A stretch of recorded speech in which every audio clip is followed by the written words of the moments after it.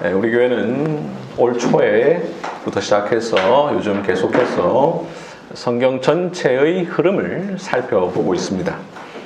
그 이유를 몇 번 말씀드렸습니다만 다시 조금 말씀을 드리면 우리가 성경의 특정한 구절, 특정한 주제를 아는 것도 중요하지만 무엇보다 성경 전체가 우리에게 무엇을 말하고 있는가를 알아야 하고 또 성경 전체가 서로 어떻게 긴밀하게 연결되어 있는지를 알아야 하기 때문입니다. 그래야 복음이 무엇인가를 우리가 분명하게 알 수 있고 또 여러분들이 개인적으로 성경을 읽고 묵상할 텐데 잘 모르고 읽으면 무슨 말인지 잘 이해 안 되죠. 근데 성경 전체가 어떤 이야기를 하고 있는지 큰 흐름을 이해할 때 여러분들이 성경을 읽고 묵상할 때 도움이 되기 때문입니다. 그래서 여러분들에게 도움을 드리고자 성경 전체를 우리가 다는 살펴볼 수는 없고 일부분을 조금씩 살펴보고 있는데요. 그렇다면 성경이 전체적으로 말하는 것이 무엇인가? 그것을 한마디로 말하기는 어렵지만 굳이 말하고자 한다면 하나님 나라라고 할 수 있습니다. 성경은 하나님 나라를 우리에게 이야기하고 있습니다. 성경은 하나님께서 자기 나라를 어떻게 세워가시는지, 하나님 나라가 이 세상에 어떻게 임하는지 그것을 보여주는 책이라고 할 수 있죠. 그래서 예수님은 이 세상에 오셔서 가장 먼저 하나님 나라를 전파하셨죠. 공생애를 시작하시면서 마가복음 1장 15절에서 하나님 나라가 가까이 왔으니 회개하고 복음을 믿으라 라고 말씀을 하셨습니다. 또한 예수님은 자신의 삶 전체 가운데 온 유대와 갈릴리를 돌아다니시면서 천국 복음, 즉 하나님 나라에 관한 일을 말씀하셨습니다. 예수님께서 하늘로 올라가신 뒤에 예수님의 제자들 그리고 사도들이 바톤을 받아 복음을 전하죠. 그러면서 그들 역시 하나님 나라를 전파합니다. 그래서 사도들의 행적을 다루고 있는 사도행전 제일 마지막 사도행전 28장 30절 31절에 보면 바울이 온 이태 동안 자기 셋집에 머무면서 하나님 나라를 전파하며 주 예수 그리스도에 관한 모든 것을 가르치더라 라고 말씀하고 있죠. 방금 말씀드린 내용 2022년 1월 둘째 주일에 제가 설교를 통해서도 말씀드렸던 내용입니다. 그 설교를 통해서 우리가 성경 전체의 흐름을 살피는 것 시작했고 몇 주 계속 이어지면서 오늘까지 그 일이 이어지고 있는데요. 1월 둘째 주일에는 하나님 나라에 대해서 이야기하면서 신약에 있는 내용을 중심으로 말씀을 드렸습니다. 성경이 하나님 나라에 대해서 말씀하고 있다는 사실을 말씀드리면서 신약의 내용을 주로 살펴보았습니다. 그러면서 그 설교의 마지막 부분 혹 기억하신지 모르겠습니다만 시간 관계상 구약은 딱 두 구절만 살펴보았는데 그 중에 하나가 다니엘서 2장 44절입니다. 이 여러 왕들의 시대에 하늘의 하나님이 한 나라를 세우시리니 이것은 영원히 망하지도 아니할 것이요 그 국권이 다른 백성에게로 돌아가지도 아니할 것이요 도리어 이 모든 나라를 쳐서 멸망시키고 영원히 설 것이라. 다니엘서 2장 44절. 그래서 오늘은 하나님 나라와 관련해서 다시 여러분들에게 말씀을 드리면서 그때 다루지 않았던 구약 성경에서 하나님 나라에 대해서 어떻게 이야기하는지, 특별히 다니엘서를 통해서 어떻게 연결되는지, 그리고 그 다니엘서를 중심으로 구약과 신약과 어떻게 연결되는지를 간략하게 살펴보도록 하겠습니다. 하나님 나라의 구체적 모습은 신약 시대를 통해서 드러났지만 그에 대한 약속은 구약 시대부터 이미 있었습니다. 하나님은 태초에 자신의 왕국, 자신의 나라를 세우고자 하셨습니다. 그리하여 에덴에 동산을 두시고 그것에 자기 백성들을 두셨죠. 그러나 타락으로 인하여 하나님은 또 다른 계획을 세우십니다. 바로 여자의 후손을 통한 하나님 나라입니다. 그 약속이 계속 이어져 오다가 아브라함 때가 됩니다. 우리가 잘 아는 창세기 12장 1절 2절에서 아브라함에게 하나님께서 이렇게 약속하십니다. 너는 너의 고향 친척과 아비 집을 떠나 내가 내게 보여줄 땅으로 가라. 내가 너로 큰 민족을 이루고 내게 복을 주어 내 이름을 창대하게 하리니 너는 큰 복이 될지라. 지난번도 말씀드렸습니다만 내가 너로 큰 민족을 이루고 라고 할 때 그 민족은 영어로 nation, 즉 나라죠. 하나님은 아브라함을 통하여 나라를 세우고자 하셨습니다. 아브라함과 사레 이 두 사람밖에 없습니다. 그런데 하나님이 나라를 세우겠다라고 이야기하십니다. 나라를 세우시려고 두 사람에게 이삭을 주십니다. 이삭을 통하여 야곱을 주십니다. 야곱을 통하여 12명의 자녀를 주십니다. 야곱을 통하여 형성된 가족 70명에 불과했던 사람들이 요셉을 통하여 이집트에 가서 살게 됩니다. 이집트는 당시 최고의 나라입니다. 가장 큰 나라입니다. 그런데 그곳에서 이스라엘이 나라를 이루게 됩니다. 야곱과 그의 가족 70명이 이집트에 와서 살았지만 시간이 흘러 출애굽하기 직전에 남자만 60만 명에 이르게 됩니다. 나라로서 필요한 조건을 갖추게 됩니다. 결국 하나님은 이들을 이집트 시키셔서 가나안 땅으로 인도하십니다. 바로 거기에서 나라를 세우게 하십니다.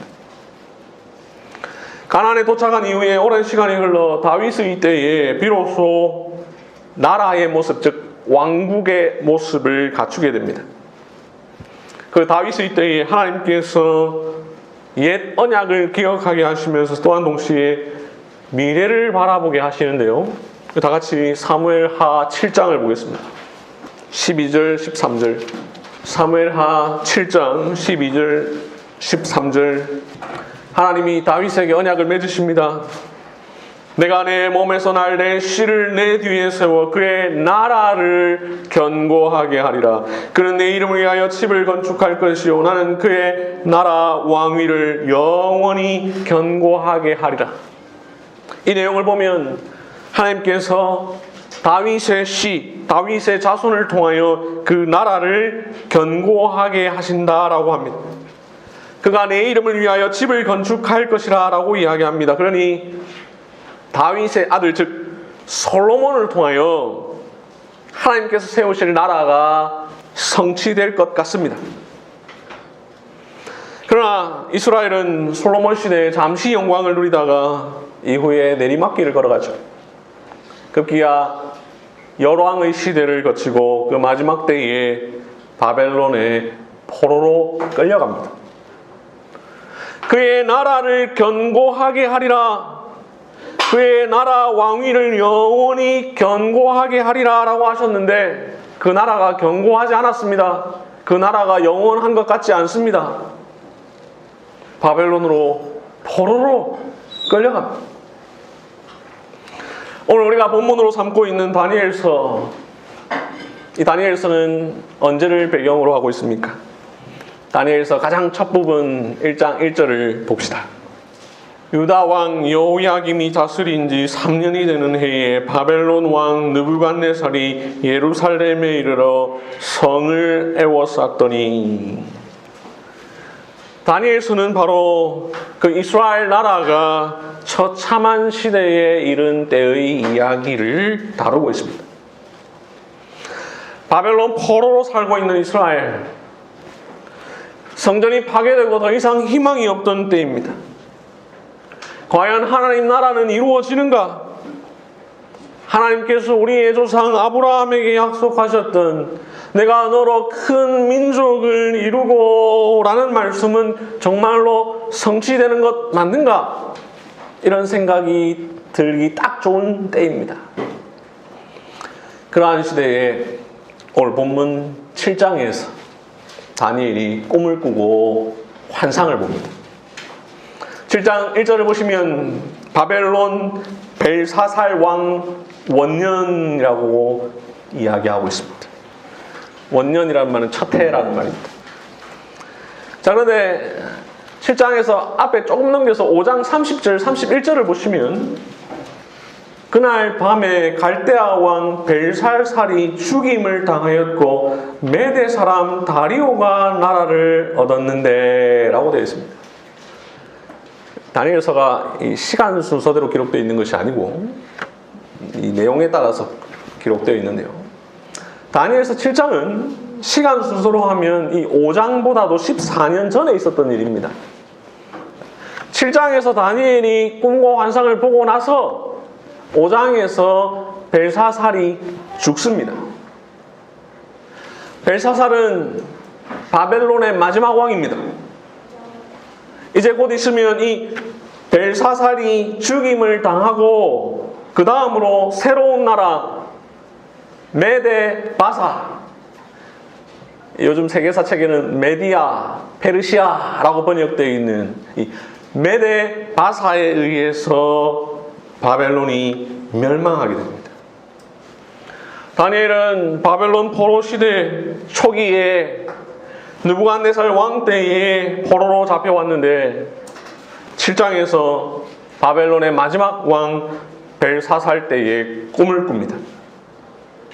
다니엘은 자기들을 멸망시킨 이 바벨론이 곧 있으면 망할 것이라는 사실을 아직은 전혀 알 수 없던 때입니다. 그때 다니엘이 7장에서 꿈을 꾸고 환상을 봅니다. 이 환상 특이합니다. 7장 3절을 보면 큰 짐승 넷이 바다에서 나옵니다.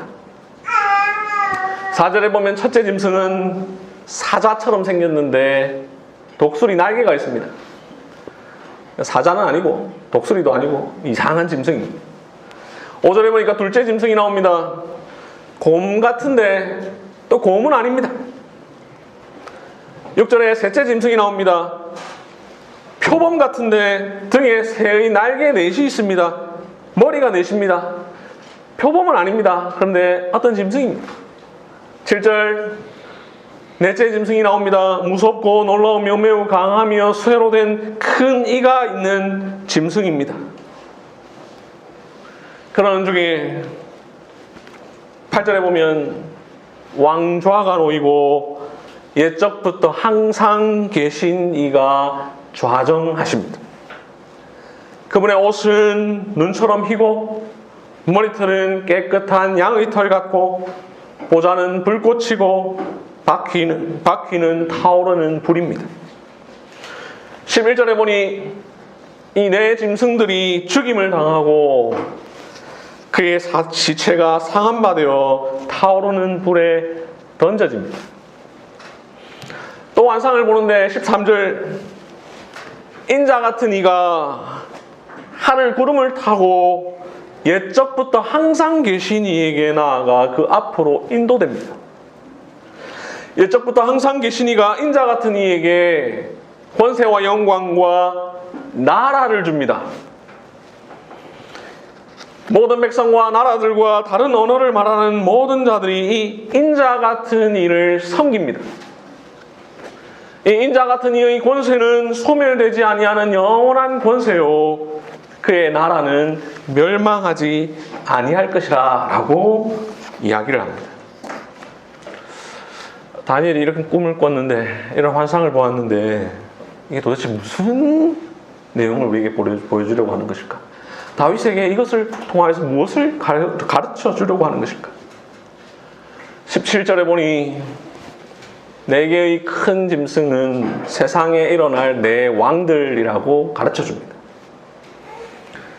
이 세상에 일어날 나라가 어떤 나라인지 어떤 왕인지 성경에서 직접적으로 말씀하고 있지는 않지만 다니엘서를 연구하는 거의 대부분의 학자들이 동일하게 이야기합니다. 다니엘이 현재 살고 있는 바벨론, 그리고 그 이후에 나타나게 될 메데 페르시아, 그 다음 나타나게 될 헬라 제국, 그 다음 나타나게 될 로마 제국. 이 네 나라들은 실제로 바벨론 이후에 세계 역사를 주름잡은 대제국들이죠. 그런데 11절을 보면 이 짐승들이 죽임을 당합니다. 실제로 바벨론 이후에 페르시아가 등장해서 바벨론이 망하죠. 페르시아가 등장한 이후에 헬라가 등장해서 페르시아가 망합니다. 헬라가 등장한 이후에 헬라가 망하고 로마가 등장합니다. 영원할 것만 같은 대제국 로마도 AD 476년에 결국 망합니다. 짐승에 관한 환상은 바로 이런 환상입니다. 이것을 가르쳐주는 내용입니다. 반면 다른 한 나라가 있습니다. 그것은 영원한 나라입니다. 13절, 14절을 보시면 옛적부터 항상 계신 이가 인자 같은 이에게 나라를 줍니다. 권세와 영광과 나라를 줍니다. 그 권세는 영원히 소멸하지 않는 영원한 권세요. 그 나라는 결코 멸망하지 아니할 나라입니다. 옛적부터 항상 계신 이는 누구입니까? 성부 하나님. 옛적부터 항상 계셨습니다. 인자 같은 이는 누구입니까? 예수님께서 나중에 이 세상에서 자신을 가리켜서 이렇게 얘기하셨죠. 인자. 예수님은 의도적으로 자신을 인자라 말씀하셨죠. 이를 통하여 다니엘서 7장에 나오는 인자 같은 이가 바로 자신이라는 사실을 드러내셨습니다. 하나님은 다니엘 7장의 꿈과 환상을 통하여 다음과 같은 사실을 알려주십니다. 너희 이스라엘이 포로로 끌려가 있는 바벨론도 곧 망할 것이다.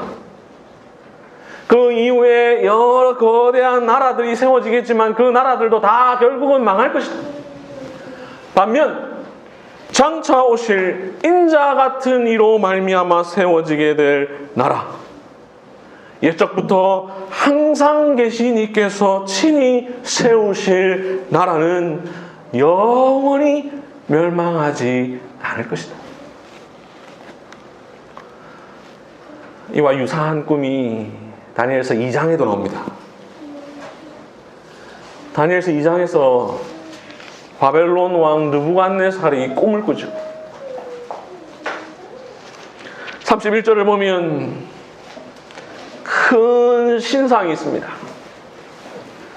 머리는 금, 가슴과 팔은 은, 배와 널쩍다리는 놋, 종아리는 쇠, 발은 새와 진흙으로 되어 있습니다. 34절에 보면 손대지 아니한 돌이 나와서 이 신상을 부서뜨립니다. 이 꿈은 도대체 무슨 내용인가? 똑같은 것입니다. 금에 해당하는 머리는 바벨론입니다. 은에 해당하는 가슴과 팔은 메데 페르시아입니다. 놋에 해당하는 배와 널쩍다리는 헬라입니다. 쇠는 로마입니다. 쇠와 진흙에 해당하는 발은 그 외의 여러 나라들입니다. 손대지 아니한 돌, 그것은 예수 그리스도, 그를 통하여 세워질 나라입니다. 그러면서 2장 44절에서 말씀합니다. 이 여러 왕들의 시대에 하늘의 하나님이 한 나라를 세우시리니 이것은 영원히 망하지도 아니할 것이요 그 국권이 다른 백성에게로 돌아가지도 아니할 것이요 도리어 이 모든 나라를 쳐서 멸망시키고 영원히 살 것이라. 하나님은 다니엘이 꿈꾸기 전에도 이미 느부갓네살 왕이 꾼 꿈을 통하여 알려주셨습니다. 바벨론, 페르시아, 헬라, 로마, 그 모든 제국들 다 망할 것이나 그 가운데 하나님께서 친히 한 나라를 세우시리니 그 나라는 영원히 망하지 아니할 것이다. 바벨론 포로로 살고 있는 이스라엘. 과연 하나님 나라 이루어지는가? 하나님께서 우리의 조상 아브라함에게 약속하셨던 내가 너로 큰 민족을 이루고 라는 말씀은 정말로 성취되는 건 맞는가? 이런 생각이 들 수 있는데 하나님은 다니엘에게 보여주십니다. 나의 약속은 반드시 이루어질 것이다. 이 거대한 나라 바벨론, 그 이후에 오게 될 메데, 페르시아, 헬라, 로마 모두 다 사라질 나라에 불과하다. 대신 영원한 나라, 멸망하지 않을 나라가 세워질 것이다. 바로 인자 같은 이에게 그 나라와 권세와 영광을 줄 것이다. 다니엘이 본 환상, 그것이 있고 나서 약 550년이 흘러 예수님께서 이 땅에 오셨습니다. 그 예수님께서 선포하셨습니다. 때가 찼고 하나님 나라가 가까이 왔으니 회개하고 복음을 믿으라. 그 예수님에 의하여 하나님 나라가 세워졌습니다. 옛적부터 항상 계신 이께서 인자 같은 이에게 주시겠다고 한 그 나라입니다. 그 권세가 소멸되지 않고 영원하며 그 나라가 멸망하지 않고 영원할 것이라는 나라입니다. 예수님은 이 세상에 오셔서 하나님 나라를 세우셨고 하나님 나라를 전파하셨습니다. 하지만 안타깝게도 예수님 시대에도 심지어 예수님께서 부활하신 직후에도 예수님께서 의도하신 이 하나님 나라의 의미를 모르는 사람들이 많이 있었습니다.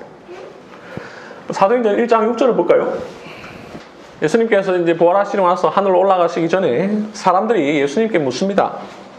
주께서 이스라엘 나라를 회복하심이 이때니까. 자, 이 질문 속에는 아직도 사람들은 하나님께서 오래전 아브라함에게 약속하셨던 나라, 예수님께서 세우실 나라가 흔히 사람들이 생각하는 그런 나라라고 생각했습니다. 그 지금까지 경험해온 이집트, 아시리아, 바벨론, 페르시아, 헬라, 로마 같은 그런 나라를 예수님이 세우실 것이라고 생각했습니다. 그래서 로마 시대를 사는 이 사도행전 1장의 사람들은 예수님께서 세우실 나라를 지금 자기들의 식민지로 삼고 있는 이 로마에 대항할 나라를 생각했습니다. 그래서 주께서 이스라엘 나라를 회복하심이 이때니까 라고 물은 것입니다. 이 질문에 대해 예수님께서 사도행전 1장 8절 우리가 잘 아는 말씀에서 이렇게 이야기하시죠. 성령이 너희에게 임하시면 너희가 권능을 받고 예루살렘과 유대와 사마리아와 땅끝까지 이르러 내 증인이 되리라. 하나님 나라는 이스라엘이라고 하는 나라의 형태가 아닙니다. 하나님께서 오래전 아브라함에게 약속하신 나라는 사람들이 생각하는 그런 형태의 나라가 아닙니다.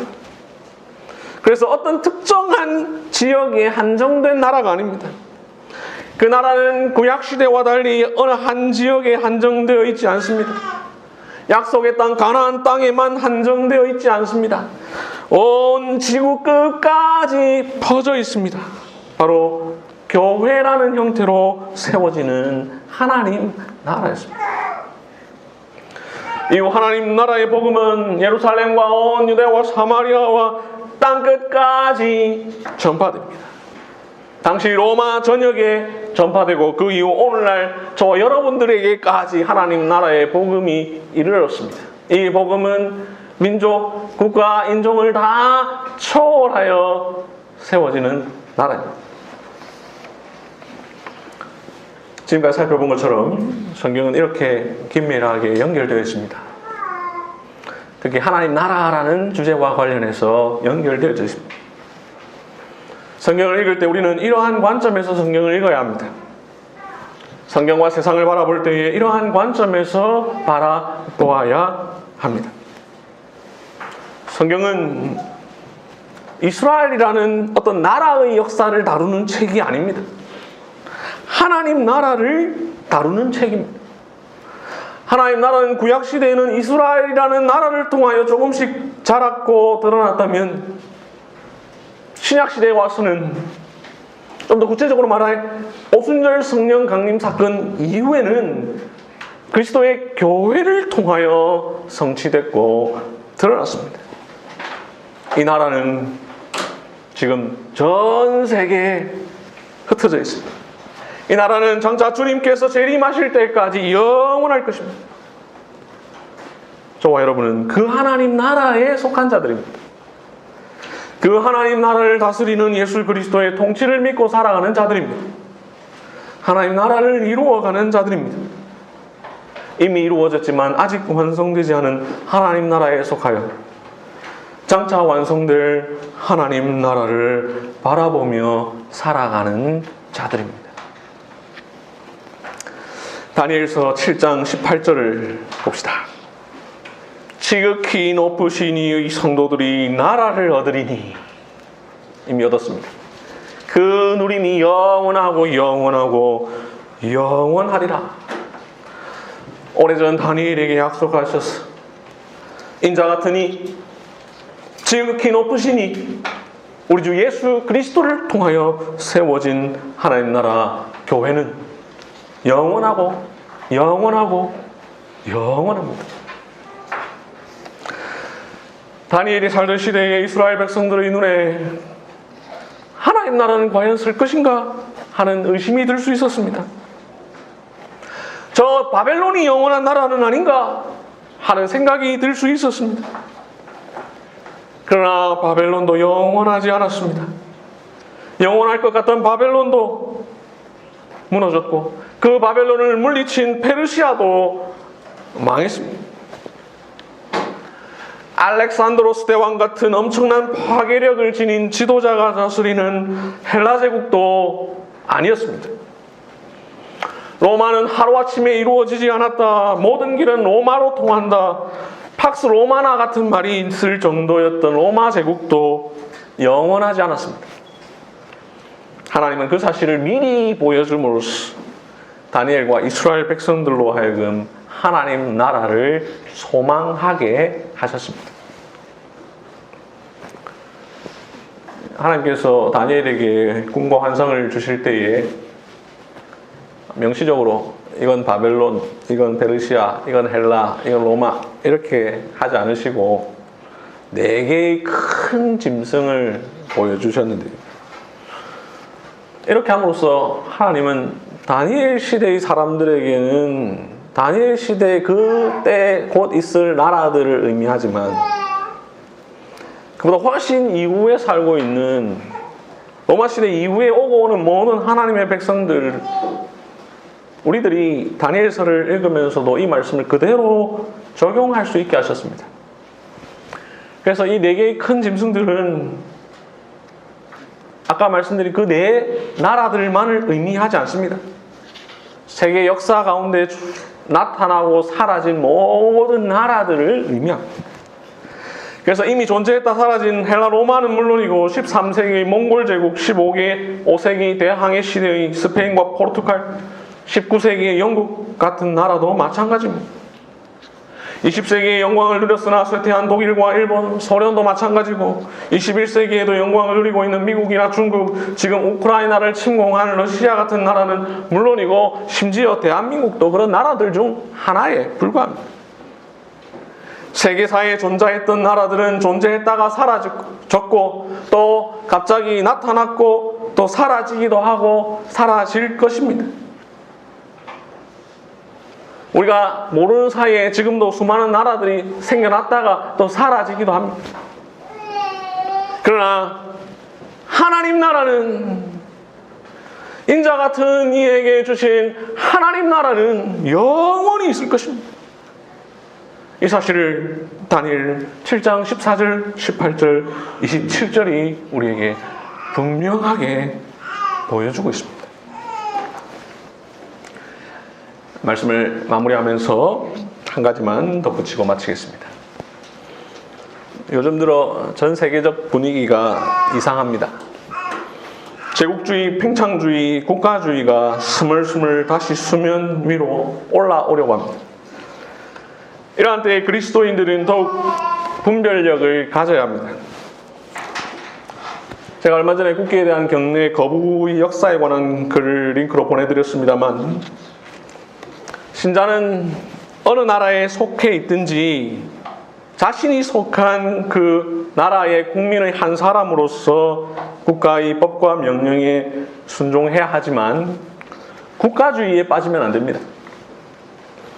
미국에 사는 그리스도인은 미국의 법에 순종하고, 일본에 사는 그리스도인은 일본의 법에 순종하고, 중국에 사는 그리스도인은 중국의 법에 순종하지만 그들은 다 하나님 나라에 속한 자들입니다.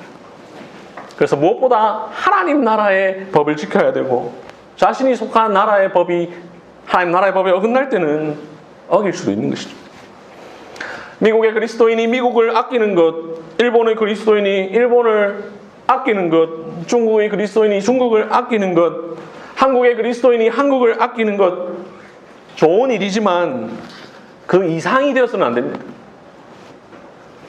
그리스도인에게 국가는 일반 은촉의 영역일 뿐입니다. 미국, 일본, 중국, 한국 등 어디에 살던 그리스도인들은 모두 다 영원한 나라, 하나님 나라에 속하여 그 나라가 완전하게 이루어질 날을 꿈꾸며 사는 자들입니다. 아멘.